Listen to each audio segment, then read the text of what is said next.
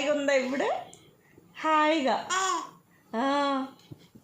హాయిగా ఉంది కదమ్మా. ఎంత బాధే బాబోయ్, చెవుల్లోకి వెళ్ళిపోయి జుట్టంతా కదా. వద్దు, జుట్టు వద్దా? గుండు చేయించేసుకుందామా? ఇచ్చేస్తావు వెంకటేశ్వర స్వామికి?